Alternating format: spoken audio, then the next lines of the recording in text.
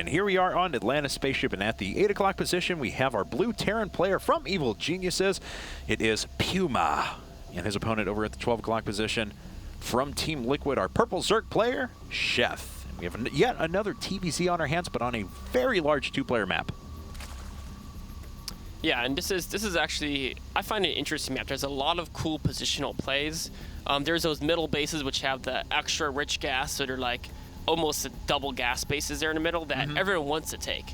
But of course, you know, like Terran can siege you up from the back, drops can come in easily, and then of course once there gets brood lords, those can kind of hit from every angle on this map. So there's a lot of interesting decisions you'll see people make. Some people will opt to try to take it as their third base, and some will play a little more passively. I think Zergs typically take it as a fourth, whereas Terrans might actually try to push that out a little bit earlier. Yeah, I've seen some players that have prepared builds on this map that revolve around taking that gas very, very early on. Every once in a while, and it doesn't happen all that often, maybe about less than 5% of the time, where a Zerg player will do that against a Protoss player, obviously 3 hatch before gas, and take their 3rd hatch over at this rich Vespian geyser, so they can cut down on the amount of drones that are actually utilized for gas intake at the beginning of the game. Yeah, I mean, and also in the mid game, if they get that gas up, I mean, they can get as many Mutalisks or Infestors as they want, pretty much. So, but it cuts both ways, of course. If the Protoss or Terran can get those bases, you know, you can end up seeing a lot of Templar or a lot of siege tanks or something of that kind. So we'll see if PuMa has anything in mind here. He's already decided to switch things up. He had gone for a command center first into quick gas both the last 2 games. This go-round, excuse me, it looks like a little more traditional 1-Rax gasless fast expand. Yeah, maybe, I don't know if he has a little bit of, you know, the change in plan. Maybe he's afraid Sheth would try to do some weird early pool type play, but Sheth's not really known for that. So maybe he's just going back to a different build that he has the timings figured out from the, you know, the 1-Rax expand. As he hasn't gone gas, so it's pretty clear he is going to end up getting that command center. Yeah, so PuMa, a very strong overall player, a guy who, you know, largely broke onto the scene for a lot of very aggressive play, but since then has really developed into one of the better just all-around Terran players out there.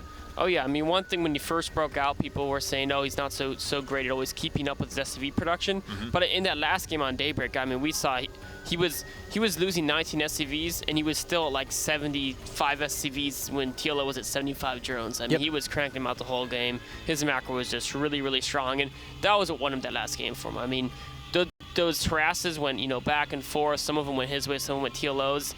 But then all of a sudden he's up 40 food. Yes. And it's like, how did that happen? Well, it's just from just really, really solid mechanics. Now, it's kind of interesting to note that the guy coming in for Liquid.Sheth, of course, was the guy who all-killed EG in Team Arena Challenge. So a guy we know that has very, very strong builds. And, you know, it's kind of cool, too, because Sheth is a guy who's like, he'll kind of fade away for a little while. And then all of a sudden when he returns, boom, he is on form and just killing everyone. Yeah, yeah. I mean, Sheth's a guy I actually know pretty well. And for him, a lot of it's about his like mental state when he plays. If he's confident, if he's feeling good about, you know, everything that's going on around him in the moment, then he is just an absolute beast. And I mean, that's the performance we saw when he all-killed EG before. And, you know, maybe that's what we'll see right now. Who knows? Well, he's going for a pretty normal build so far. 4 queens, 3 hatches before gas. So wants to get that creep spread out there early and often and make sure that he can keep himself well defended against those Hellion pokes at the beginning. Yeah, and I mean, Hellion pokes is definitely going to be, as we see PuMa's getting that reactor in the factory, ready to go. And is he going to... Okay, so he's got 2 gases, so it's almost for sure going to be some type of Banshee follow-up, except he hasn't actually started his starport quite yet, and he's built up a lot of minerals. It's going to be a third... Interesting bunker placement by that 3rd. So, what is PuMa's plan with all these minerals? That's a good question. I'm not sure. I mean, he has enough to put down a command center if he wanted to at any time, and invest in the starport very quickly thereafter, and even keep up Hellion production. Okay, looks there's a command center. Yeah, I was waiting for it. Yep. All right. Ooh, Sheth does see this bunker though. We'll see if he can react to it in time. Those Marines are almost there.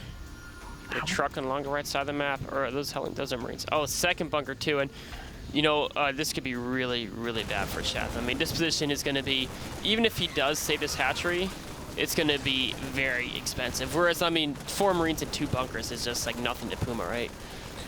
Well, I guess this is going to be the advantage of 7 queens here in a second, though, as he'll need to start getting out there. Now, of course, 5 range queens still lose to Marines that are inside of bunkers because the Marines get the additional range because of the bunker, so they're up to 6.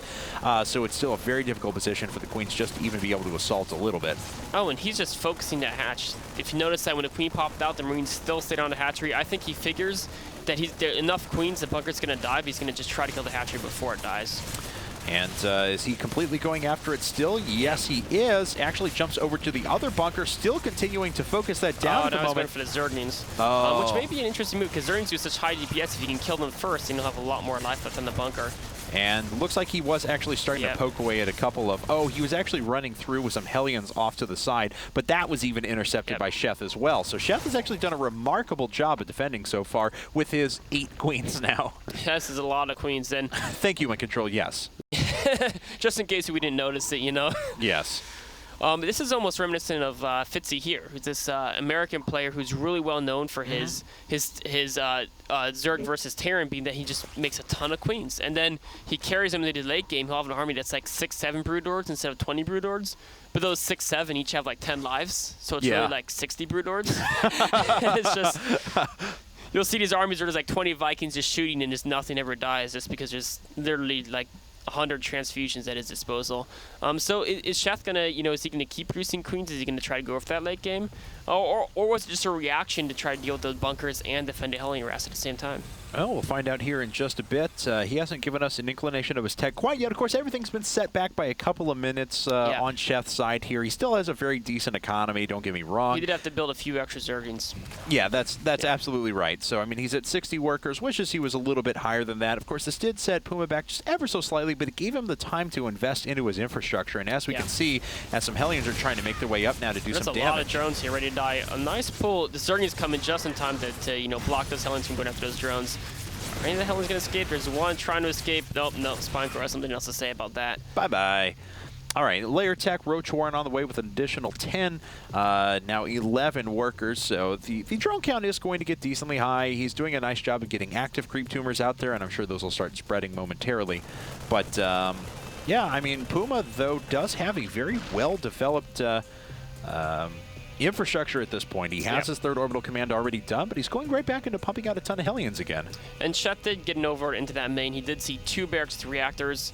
While it did die, this lets him know for sure there's no mech play going on like there was in one of the past games. So did he cancel that Roach Warren, or did he let it finish? Let's see here. I believe he canceled it. So I think he was a little bit suspicious of mech play, so he built that Roach Warren. He didn't want to be stuck in a position that Xenia was stuck in on Antigua, where you got 100 Zerglings and they've got 20 Blue Flame Hellions. So he was just being, covering all his bases, but when he did realize it was bio, he's going for that, the mass Zergling. Of course, with Infestors instead of Mutalisk, but... Oh, here we go. Here's the situation we were talking about. PuMa's going to try and take his 3rd over at the little bit less defensible position, but with that rich Vespian Geyser, so we can continue to crank out a lot of upgrades and high gas value units. Sheth actually sneaking a 4th base already, though, down in the bottom right-hand corner, a location that frequently goes unscouted for long periods in this game. Yeah, and I think that's the idea behind it. I mean, that's just as close to PuMa as it's to Sheth. There are other bases that would be easier to defend, but that's a really sneaky one. And also, that's often the base, if it does get to a split map game, that's the base. Whoever holds that is the base up. Yep. Everyone has their 5 bases on their side of the map, and then one player's got that 6th base. But if he takes it early, then he's just got that ace in the hole for the rest of the game. Exactly, and any resources he pulls away from it now, or less resources that in a split map position could be used later on. And Sheth actually going to make his way in here relatively unopposed. PuMa's actually way across the map now. Will Sheth have enough to deal with this back at home? At the very least, he is doing significant damage to PuMa. A lot of SCVs going to go down. PuMa did get the Wolf in time.